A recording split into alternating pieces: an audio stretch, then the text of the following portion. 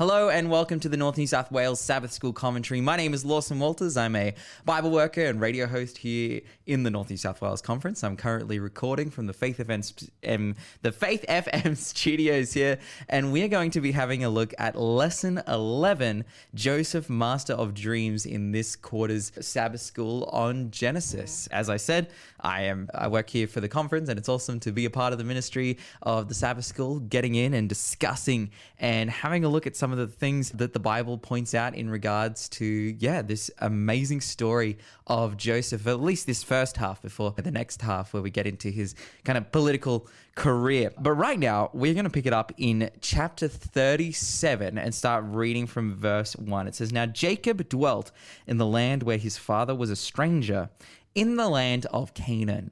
So now we see as Jacob has gone and had this big experience of traveling all over the place, being a servant of his uncle Laban, receiving his 4 wives at that time, both Rachel, Leah, Zilpah, and Bilhah, doing some traveling, being at threat for his life by Esau, but then realizing that, God was with him, being blessed, all these different things. Now, Jacob finally ends up back in the land of Canaan, the land of his fathers, where it says here that his father was a stranger in, and I believe it says this even though both Abraham and Isaac spent time in Canaan. They had no ownership towards the land there. In fact, at this time, it details very clearly in the previous chapter 36, it talks about, the Edomites and who they were as this great ruling party. And we know that they were all the sons. In fact, it says in the last verse of chapter 36 and verse 43, it says Esau was the father of the Edomites. So they all came from Esau. They were this great clan who, had power and rulership and all these different things. And Jacob is dwelling in their land in Canaan. And that's kind of political, social dynamic that we see here. Now, Jacob, he's dwelling in the land of Canaan, and now it just jumps straight into the story of Joseph. It says here in verse 2, "Joseph, being 17 years old, was feeding the flock with his brothers." The lad was with the sons of Bilhah and the sons of Zilpah, his father's wives. And Joseph brought a bad report of them to his father. Now, we know that Joseph is one of 2 sons of Rachel. Now, Rachel was the most loved and most desired wife by Jacob, and as a result, she found lots of favoritism, which was extended even more by giving one of her servants to Jacob as a wife as well. Now, Leah was the other sister, the sister of Rachel, who was less loved, but the only one that initially could bear children. And she would go on to have Reuben, Simeon, Levi, Judah, Issachar, and Zebulun. And these are, there actually is an argument to say that if Jacob had have just been faithful to Leah, there wouldn't be 12 tribes of Israel, but the 6 that we see here, the 6 sons, Reuben, Simeon, Levi, Issachar, and Zebulun, the 5 sons, I should say, there would have just been 5 sons, 5 tribes, and it would have gone well for them. But as a result of this terrible family dynamic, there are 12 sons, and it's interesting because these 5 sons of Leah, they end up comprising, and particularly Judah, would be the one in which the Messiah would come through the future of Israel. Even though Judah, we can see in a fair few different stories, acts really terribly.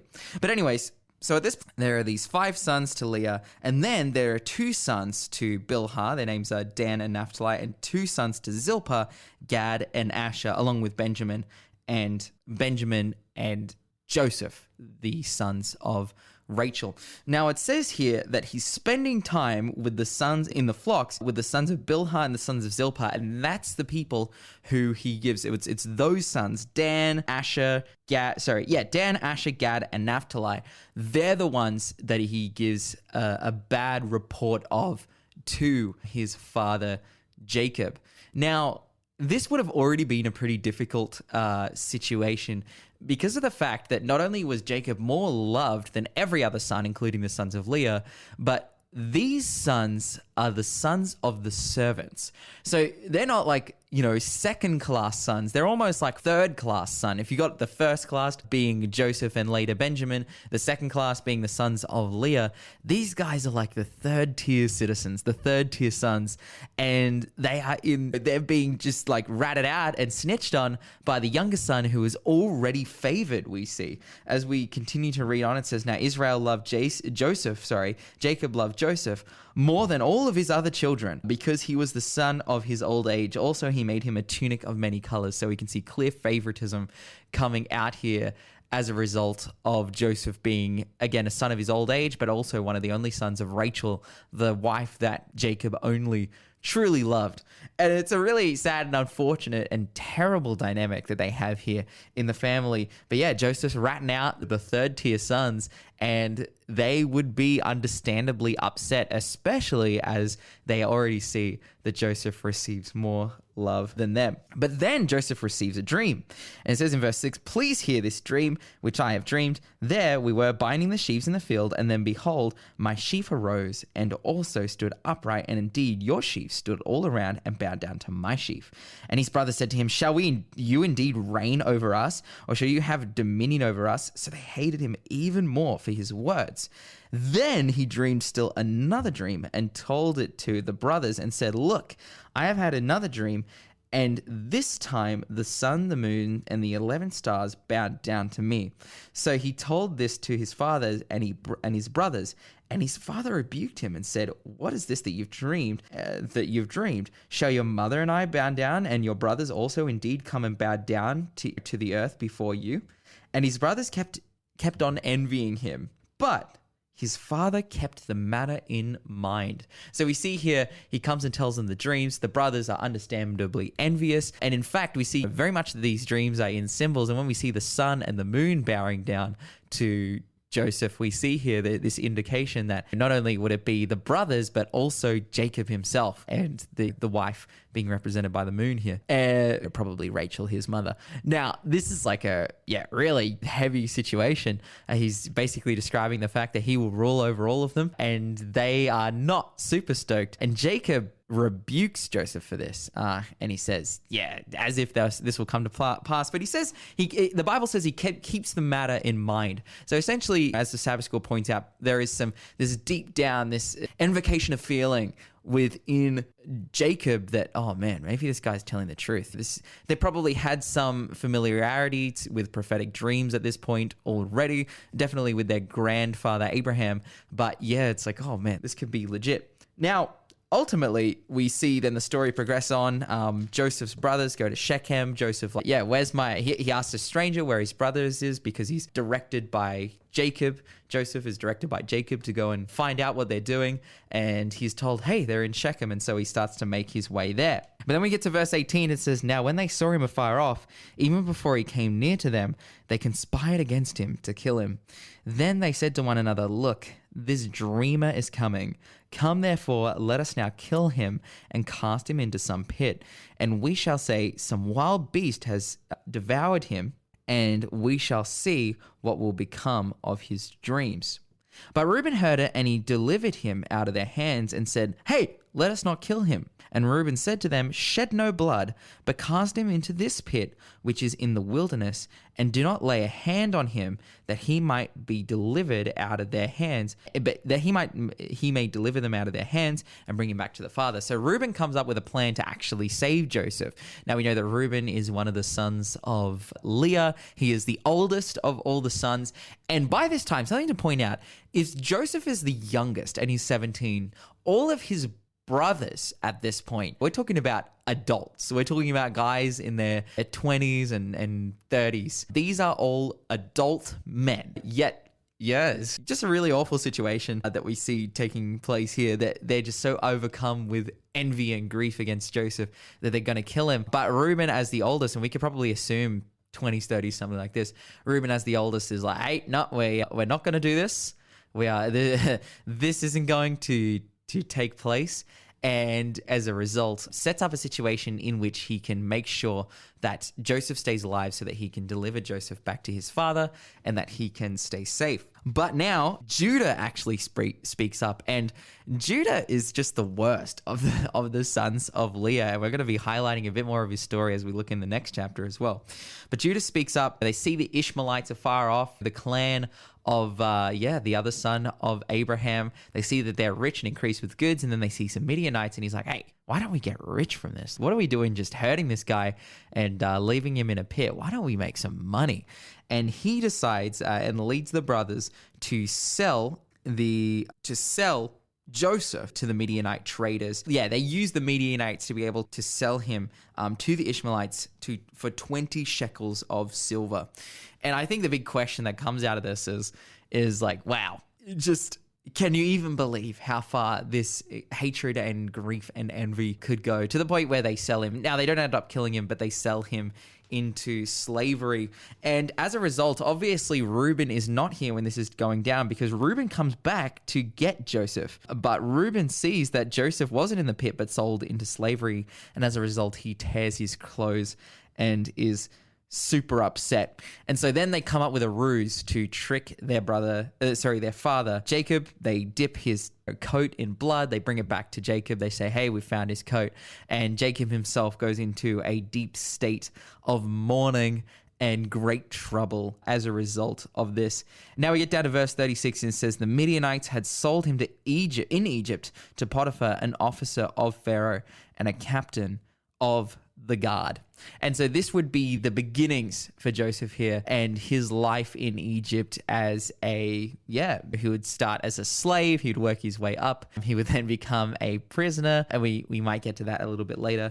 Furthermore, he would tell the butcher, not the butcher, but the baker and the cupbearer their dreams, and work his way up all the way into the kingship, which will be covered in the next Sabbath school. But I wanted to talk about chapter 38. Chapter 38, the story of Judah and Tamar, which could be summarized in two different words. I have a New King James Bible, and New King James Bibles have little, subheadings when the story changes over and story beats change and it turns a bit of a corner in the narrative. But 38 is just titled Judah and Tamar. But if I was to come up with a New King James-esque title describing the events that happened here, or maybe not New King James-esque, but just a way to describe what happens between Judah and Tamar, I would make the title The Ultimate Warning Against Sexual Misconduct and against going against your words and promises. Like, this is a warning to everyone. Maybe another title could be Your Sins Will Find You Out. Like, seriously, this is like so embarrassing. Such a terrible story, such a terrible way for someone to be treated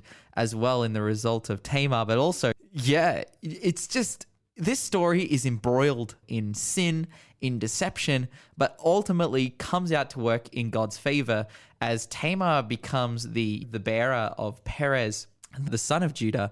And as a result, that would be the line in which Jesus would come through. But we start here with this story of Judah and Tamar, basically getting this idea that Judah has a Canaanite wife. Her name is Shua. He married her, and then he conceives 3 sons, and she gives birth to 3 sons through her, Onan and Shelah. And it says, then Judah took a wife for the firstborn, and her name was Tamar.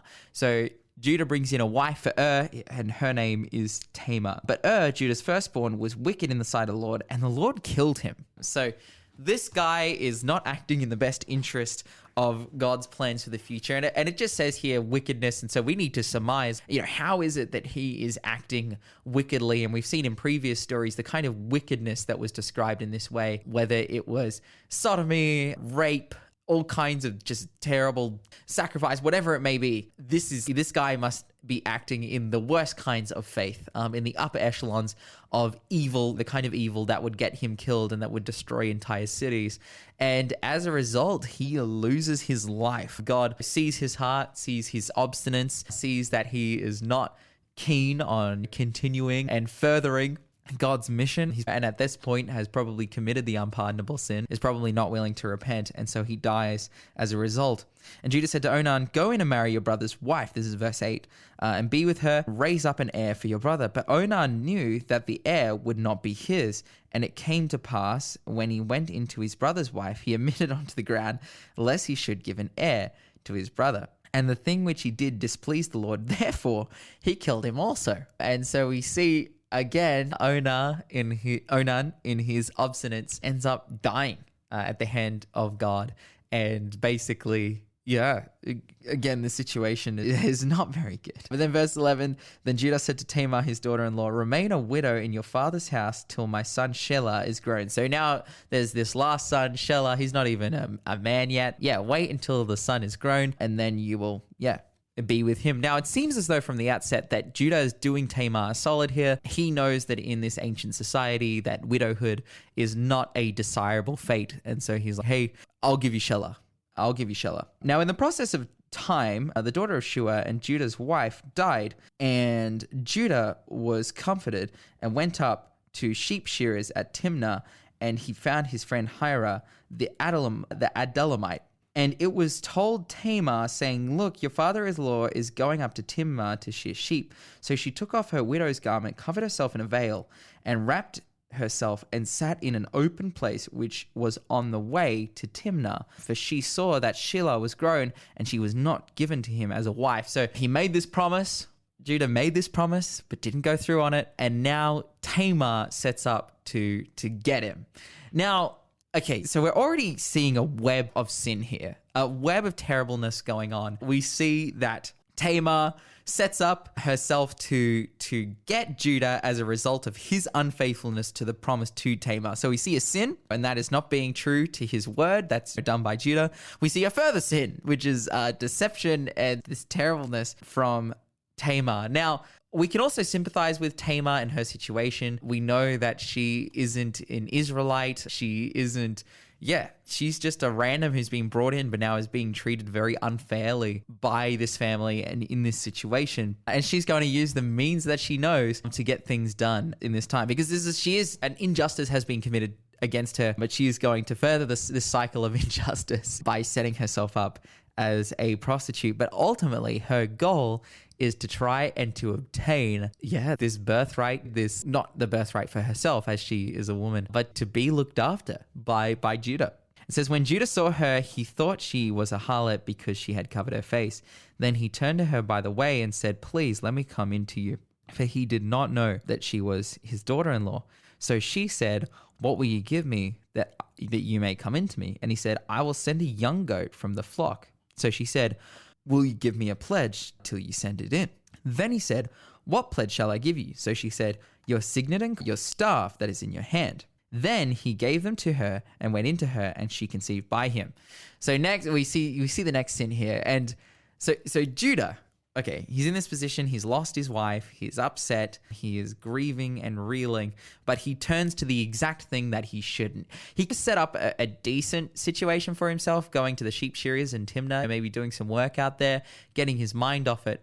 But now he is taking the steps into, hey, I'm going to solve my pain and problems by just committing all out, adultery, sleeping with a person who I am not married to. In the prostitute setting as well, soliciting sex, paying for sex. This is a really, really awful situation, as I've said already. But Judah is setting himself up here, dude. Like, it is a trap against him, and he has put himself in an awful situation through his own desires. Judah is not a guiltless party here. He is not being duped. He's not being scammed in an innocent way. He is very much deserving of the scam that is being put before him. But then we see in verse 21, it says, then he asked the men of that place, where is the harlot who is openly by the roadside? So he comes back to collect his stuff after he brings the payment of the goat. And they said, there is no harlot in this place. So he returned to Judah and he said, I cannot find her. Also, the men of this place said there was no harlot. And then Judah said, let her take them for herself, lest we be shamed, for I sent this young goat and you have not found her. So essentially, they're like, hey, she gets to keep it as payment. This is something that I also want to keep under wraps. So let's not go any further with this. We'll keep the goat. Yeah, let's just keep on living. Now, this is where it gets intense. This story is really, really heavy. It says, and it came to pass about 3 months after that Judah was told, saying, Tamar, your daughter-in-law, has played the harlot. She's taken a step into prostitution. Furthermore, she is with a child from harlotry. So Judah said, bring her out and let her be burned. Judah is just straight up, it's like, oh, yeah, this woman, she is gone and she is cheated on her potential future spouse, Shelah, particularly by taking a step not only into adultery, but actively prostituting herself out. And he's, let's burn this woman. Let's get rid of her. He is taking the justice of God into his own hands. He's like, let's get this done. This woman is not good enough for my son. Yeah, let's burn her. Especially now that she's with child. Like, he is taking drastic and unsanctified, ungodly measures here to deal with this situation. Then verse 25, it says, when she was brought out, she sent to her father-in-law saying, by the man to whom these belong, I am with child. And he said, please determine who these are, the signet and cord and staff. So Judah acknowledged them and said, she has been more righteous than me, because I did not give to her Shelah my son. And he never knew her again. This didn't continue as an ongoing adulterous relationship, but rather Judah recognizes that he is actually the one in the wrong. He has been totally called out here for paying for sex. And he actually recognizes that it was his fault in the beginning. He was like, I should have gave her to Shelah, my son. She was living the existence of a widow, which is a terrible fate, and I did bad by her, and this is totally my fault. He actually takes stock of his actions, which is really fantastic. Now, it came to pass at that time for giving birth that, behold, twins were born in her womb, and so it was when she was giving birth that the one put out his hand, and the midwife took a scarlet thread and bound to his hand, saying, this one has come out first. Then it happened, as he drew back his hand, that his brother came out unexpectedly, and she said, how did you break through? This breach be upon you. Therefore, his name was called Perez. Afterwards, his brother came out, who had a scarlet thread on his hand, and his name was Zerah. So basically, she's given birth to twins. One of them puts his hand out of the womb. She ties the scarlet cord. He pulls his hand back in, and then the other one jumps out. Perez. And so Perez and Zerah are born, and it's amazing that through Perez and through Tamar, who's actually mentioned within the genealogy of Jesus in Matthew, that we see this is the line that the Messiah would come through. And again, an amazing story throughout this terrible story that takes place, which again, I want to tell you guys, if this story should be subheaded anything, it's a warning against adultery and what it will cause in your life. It'll cause you'll be called out. You will be called out. You will be thoroughly embarrassed like Judah was. But God actually worked with Tamar. God helped Tamar, bore kids through her so that she would be, basically she would have a future. She would be looked after only in her own life, but that through her sons, the Messiah would come, which is an amazing story. But again, the dysfunctionality of this story goes on. We're not going to be able to cover Joseph as a slave in Egypt, as we spent some time talking about Judah and Tamar and their story. So I pray that you guys can find the time to work your way through the Sabbath School commentary and ultimately see how amazing it is, the work that God does through this incredibly dysfunctional family. But you've been listening to the Sabbath School podcast or the Sabbath School commentary. And bless you guys as you teach in your local churches.